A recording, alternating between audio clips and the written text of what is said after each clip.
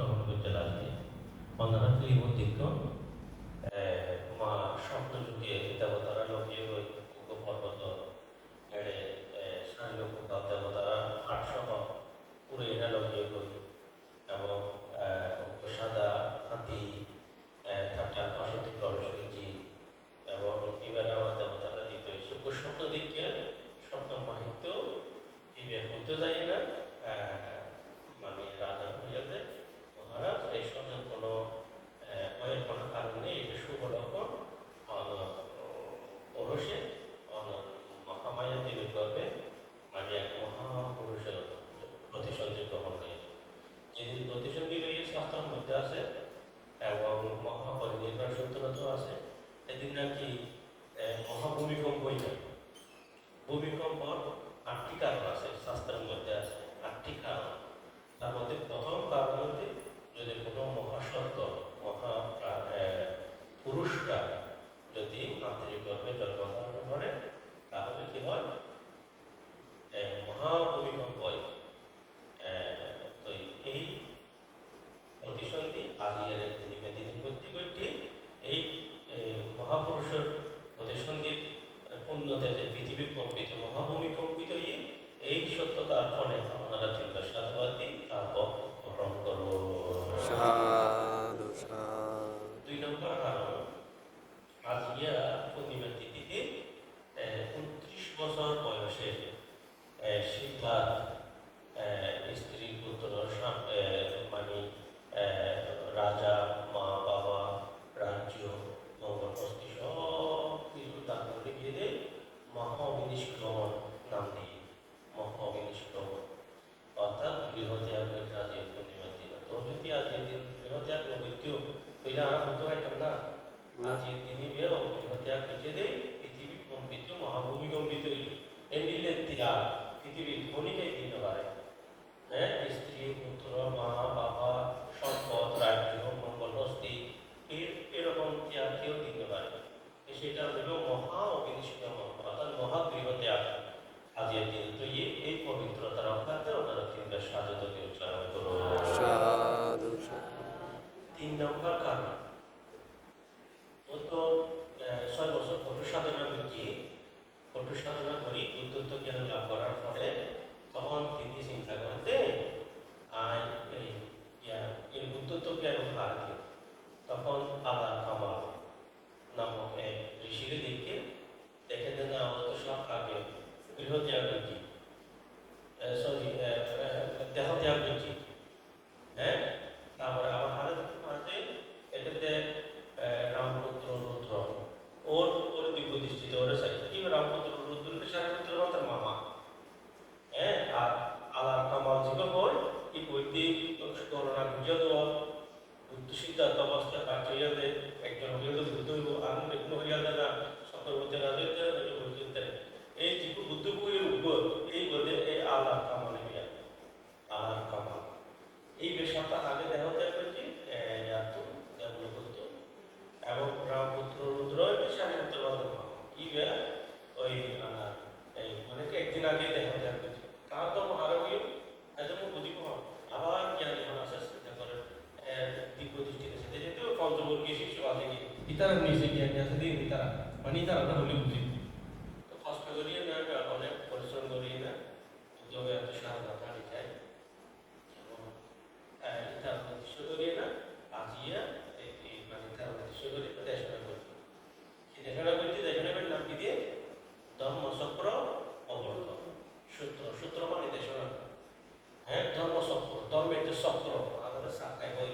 ধর্মের উপরে শাখা আছে অর্থাৎ পৃথিবীতে গুণ ধর্মের নিয়ম গুণ। হ্যাঁ, আর বুদ্ধ রত্ন গুণের কথা প্রকাশ করছি বুদ্ধ রত্ন গুণের কথা প্রকাশ হইলে আজকের দিনও ধর্মযোগ্য রত্ন ধর্মযোগ্য চক্র এইভাবে আগে প্রকাশ করছি সঙ্গের যোগ্য রত্ন এইভাবে প্রকাশ করছে আজকে এর পবিত্র দিনের মধ্যে আজকে আষাঢ়ী পূর্ণিমার মধ্যে ভগবান বুদ্ধ ধর্মের চক্র প্রবর্তন সূত্র বুঝতে যায় না সাহিত্য সত্য আলাদা কথা কথা বলে সাহিত্য সত্য আষ্টাঙ্গিক মার্গ এই সাহিত্য সত্য আষ্টাঙ্গিক মার্গ ধর্মের চক্রবে আজিয়াই বুদ্ধ প্রকাশ করছে প্রকাশ হইলে তখন শাস্ত্রের মধ্যে আসলে 5 জন মানুষ আছে আরো সবাই মিলে 18 কোটি দেব ব্রহ্ম মানুষ মিলে 18 কোটি আছে, প্রত্যেকের আর কি বিভিন্ন মার্গ বলে প্রতিষ্ঠিত। সাধু সাধু এবং ওই 8টি কারণগুলো মহাভূমিকম্প হইল কারণ, তার মধ্যে যেদিন ধর্মচক্র প্রবর্তন সূত্র পাঠ করি উদ্বুদ্ধ, এই দিন পৃথিবী কম্পিত, মহাভূমি কম্পিত, পূর্ণতে মানে সাধু ধ্বনিতে ওই অঞ্চল এবং আকাশ, দেবলোক, ব্রহ্মলোক এবং একনিষ্ঠ ব্রহ্মলোক পর্যন্ত কম্পিত, মহাভূমি কম্পিত হয় পূর্ণতে। কিংবা সাধুবাদ প্রদান করবো সাধু সাধু। এই রাতের দিনের মধ্যেই তাহলে 3 নম্বর ঘটনা আগে 4 নম্বর ঘটনা হচ্ছে কি, 4 নম্বর ঘটনা হচ্ছে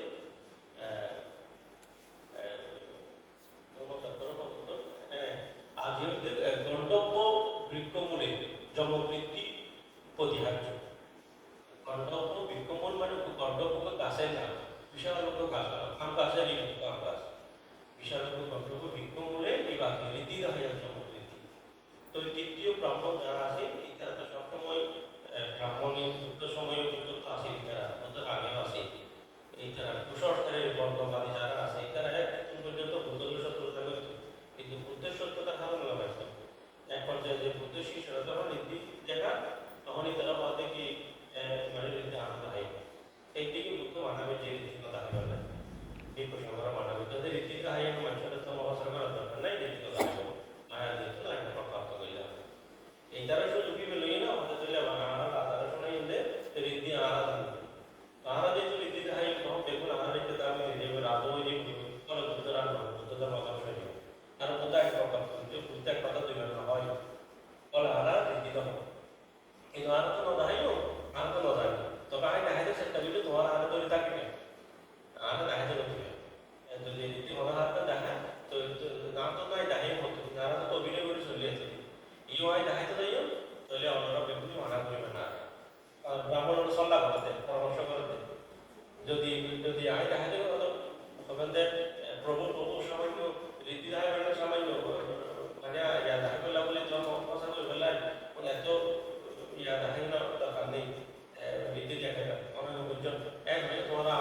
আনতে দিবে এরকম বই তারা ইয়া করে না ষড়যন্ত্র করে এনে রীতি দেখা যখন দুঃখ জীবে ঘোষণা করতে ঠিক আছে তারা যেহেতু আমরা রীতি প্রতিযোগিতা করি এবং আইন শিষ্যরা আইন প্রাপ্ত করছি আমরা যেন বলি ঠিক আছে আইন রাজা আইন সৃষ্টি করে দেয় প্রজার জন্য রাজার জন্য নয়, তাই আইন প্রতিদিন শিষ্য লাগে আমরা যেন ঠিক আছে আইন দিতে হয় ঠিক আছে এটা রায় হতে একটু বাকি যারা এসে এসে গল্প বিজ্ঞান দাদা সহ প্রদেশ কোটি কোটি মানুষের সমাবেত হয়ে যায় রীতিটা প্রতিযোগিতার মধ্যে প্রতিযোগিতার মধ্যে মানুষ অংশগ্রহণ করছে এরই তারা তো দাঁড়াইতে পারে ওই অভিজ্ঞ জীবে করে ওর দাঁড়াইতে চায় শিষ্যরা টানে গেলে যে দাঁড়াইতে চায় শিষ্যরা টানবে বুদ্ধ হতো রাক্ষসের কেন অভিনয় আমার আকাশ এখন জমক মানে কি যে নানা 200 দুই না দুই খান দুই হাত দুই পা জমক করা যায় কিছু জমক এক চতুর্থ জলবায়ু মিলে আর চতুর্থ আগুন বায়ু করতো একটা করতো জলবায়ু মিলে আর চতুর্থ আগুন বায়ু করতো এভাবে প্রত্যেকটি দিকে জমক করে করিয়ে না দিকে দাঁড়িয়ে এবং পৃথিবীর মধ্যে বুদ্ধ ছাড়া কেউ দাঁড়িয়ে যাওয়ার একসাথে এরকম দুই 170 মনে করো জলবায়ু আর 170 আগুন বায়ু এবং বিভিন্ন রকমের তারপর সৈন্যের উদাহরণ দেওয়া হয় আগুনের উদাহরণ দেওয়া হয় আরো যদি একটু কেন্দ্রে বাইরে যাবে শূন্য আর একজনের বহুজনের যাবে এরকম রীতি পৃথিবীর তোমাদের বুদ্ধ ছাড়া কেউ দাঁড়িয়ে যাবে এই রীতি আসিয়াই প্রতিহার হয়ে যাবে এবং বুদ্ধ ধর্ম বিস্তার হয়ে বুদ্ধ ধর্মের ব্যক্তি সাধু ধরিতে বুদ্ধরা আবার গ্রহণ করছেন আমাদের সাধু ধর্ম চালু করো এই ঘটনাও আজকের দিনের মধ্যে ঘটছে আর নাই অত্যন্ত স্মরণীয় দিন। এবার এই রীতি দেখা যাবে বুদ্ধ রীতি বলে তাবতিক সর্বমধ্যে যায় মারে ধর্মদেশনা করলেন মার প্রতি ঋণ পরিশোধ করে ফেললেন ধর্মদান করে ফেললেন মারে মানে ধর্মদেশনা করে ফেললেন তাবতিক সর্ব সেই না 3 মাস বর্ষা 3 মাস অভিধর্ম আজ অভিধর্ম দিবসও হওয়া যায় অভিধর্ম এটাই পাঠিয়ে ধর্ম অভিধর্ম পৃথিবীর পাঠ্যক্রম অভিধর্ম পাঠিয়ে তাবতিক সর্ব মার উদ্দেশ্য করিয়া না ও আদি অভিধর্ম দিবস অভিধর্ম থাকিলে মানুষের শীল সমাজের অনুশীলন করিতে পারিব এবং দুঃখত মুক্তি নির্মাণ সাক্ষাৎ করিতে পারিব এই অভিধর্ম বিহারে পাঠিয়ে তো অভিধর্ম দিবস উপলক্ষে আরো শ্রদ্ধা করে তিনটা সাধুধর্মী উচ্চারণ করো। সাধু সাধু তো মাদের ধর্ম দান করছে এবং মানব রক্ষা করে সহ আরো বিভিন্ন দেব ব্রহ্মা এই সমবেত এই অভিধর্ম পাঠের শেষে তারা অনেকেই শ্রোতাপন্ন সঠিতাগামী অনাগামী অরহৎ ফলেও প্রতিষ্ঠিত সাধু সাধু সেই কারণেও আজকে নারা আষাঢ়ী পূর্ণিমা স্মরণীয় বরণীয়। এবার তাহলে দেখি দেখা ইয়া কাপড় চলে এসে আয় না ব্যবহার করতো ভিক্ষু শ্রাবণের জন্য 3 মাস যেহেতু ভারতবর্ষে বর্ষা দিন থাকে, বৃষ্টি ভালো দিন থাকে, ভিক্ষুরা কষ্ট পায়, তখন সাহেবরা যখন কিছু কলামতি করে মারাত্মক সময় দিতে একটু কষ্ট হবে, বৈকুণ্ঠের প্রথমত ভালো আশা জ্বর বৃষ্টি বজ্রপাত করে এবং বাচ্চারাও কষ্ট পায়, অনেকে মরে যাবে বজ্রপাতে, অনেকে বই নিয়ে বাড়ি থাকবে, উপাসক বাসীকেও বাড়ি থাকবে, বিক্ষুরাও বাড়ি থাকবে, মরে যাবে, অত অ্যাক্সিডেন্ট করে, তারপরে তারা 30 জীবন করে, 30 জীবন করতে দেয় না, তাহলে এই 30 জীবন মানে যার বিজিয়ে না আর পুনরায় নতুন একটা খাওয়া দাওয়া এইগুলো বিজিয়ে না তাকে দুইটা তরফে নিরসুকর কষ্ট এইগুলো করিয়ে না যখন কত উচিত তখন বুদ্ধ অতি বুদ্ধ আইন বিনয় সংক্রান্ত দেখিয়ে না তিব্বত দৃষ্টিতে তখন বুদ্ধ আইন সংক্রান্ত করছে যে বিনয় সংক্রান্ত করছে যে আর দীর্ঘ 3 মাস বিপুষণ করা নির্দিষ্ট এখন জায়গার মধ্যে থাকি ইয়ে অরুণ হইতে পারে, ইয়ে কুটির হইতে পারে, শ্মশান হইতে পারে, বিহার হইতে পারে, ইয়ে গুরু হইতে পারে, একটা কোলা কাঠের একটা বিক্ষোভ হইতে পারে, নির্দিষ্ট একটা জায়গা থাকিয়ে না এই তারা বর্ষাব্রত অধিষ্ঠান করিয়ে না এই তারা শীল সমাজের কর্মশীলন করিব আর এই বিনয় প্রপ্রাপ্ত করি। এই 2500 বছর আগত এই বিনয় প্রপ্রাপ্ত হয়ে আজ এ পর্যন্ত এখানে কোনো সম্মান আছে, আরো 2500 বছরের কিছু কম সময় পর্যন্ত ভিক্ষু সংঘের বর্ষাব্রত পালন করিব। এই বর্ষাব্রত পালন করে বলি আর উপাসক উপাসিকেরা 3 মাস বিহার তাই না পুণ্যকর্ম সম্পাদন করে, বিশেষ করে 3 মাস বেশি এবং পবিত্র মনে করেন এবং এই ভিক্ষু সংঘ উদ্দেশ্য করে তারা চতুর্থ ইত্যাদি দান করে, দান করি তারা বিনয় বিধান মতে তারা বহু পুণ্য সংগ্রহ করে এবং ভিক্ষু সংঘ বসবাস গ্রহণ করে বলি, ব্রত গ্রহণ করে বলি দিন শেষে দাঁড়িয়ে না 3 মাস পরে দাঁড়িয়ে না কঠিন জীবনের মতো মহাপুণ্য, দানোত্তম দান শ্রেষ্ঠ কঠিন জীবন পর্যন্ত এই তারা দান করিয়ে না মহাপুণ্য বাগিরা এটা পারে এই ভিক্ষু সংঘ অধিষ্ঠান করে বলি। যদি প্রতিষ্ঠান নয় তাহলে আমরা শিবতান করিতে পারিবেন। তাহলে এই যে শিবতানের মতো বিনয় কর্ম এবং এই বর্ষাব্রত ধারণ হয়, এই বর্ষাব্রত এই হারণে আল্লাহ শ্রেষ্ঠ মহা, তাই এই বর্ষা মাসের মধ্যে শ্রদ্ধা করে আরো 3 মাস সাধুধর্মী উচ্চারণ করো। সাধু সাধু এবং বর্ষা মাসের কিছুদিন পরে যাই না মহাবিশাখা ভিক্ষু সংঘর এই দুর্দশা দেখে বর্ষা মাসে বিজ্ঞাসারণ করতো শিবর বিজি যেতে গই এবং একটা স্নান বস্ত্র থাকতো এর কষ্ট দিকে না মহাউপাসিকের বিশাখা এই মানে এই বর্ষা সাথীটা শিবর দান করি হইল বুদ্ধ এই যদিও বর্ষা মাসের মাঝখানে প্রার্থনা করে অনুমতি লইয়া কিন্তু কথা হইয়া মানে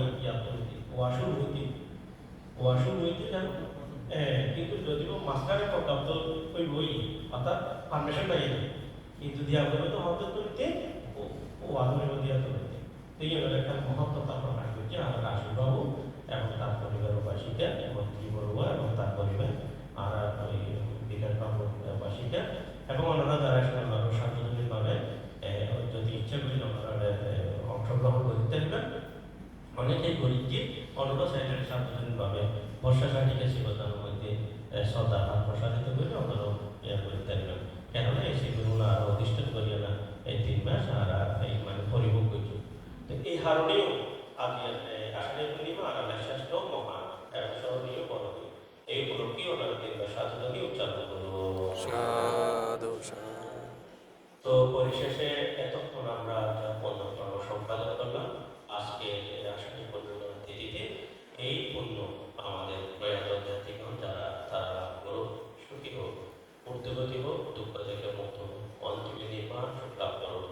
পরিবারের সুখ শান্তি মঙ্গল হোক, পরিবারের যত ছেলে মেয়ে নাতি পত্নী দেশে বিদেশেও যারা আছে তারাও যেন সুস্থময় মঙ্গলময় দীর্ঘ জীবন এবং শিক্ষা